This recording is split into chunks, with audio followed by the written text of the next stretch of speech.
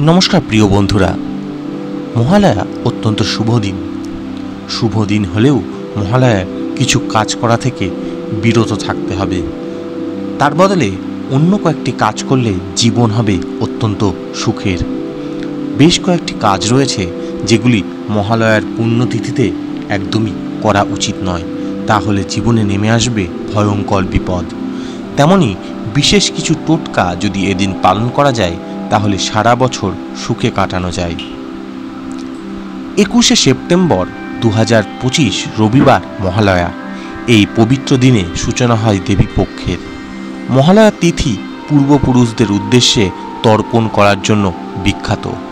শাস্ত্রমতে এই দিনটির গুরুত্ব বিশেষ।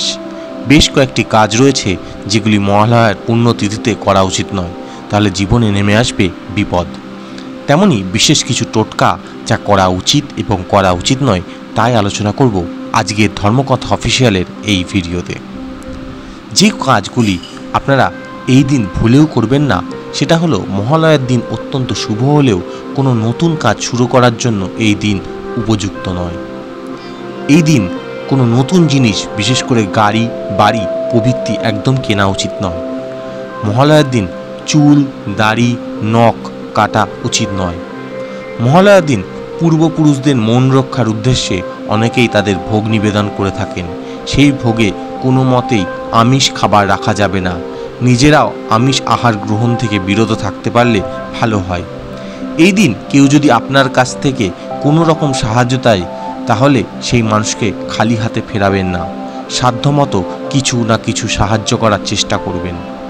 এবং এই দিন যে কাজগুলো করবেন তা হলো, এই দিন বেশি বেলা পর্যন্ত ঘুমাবেন না।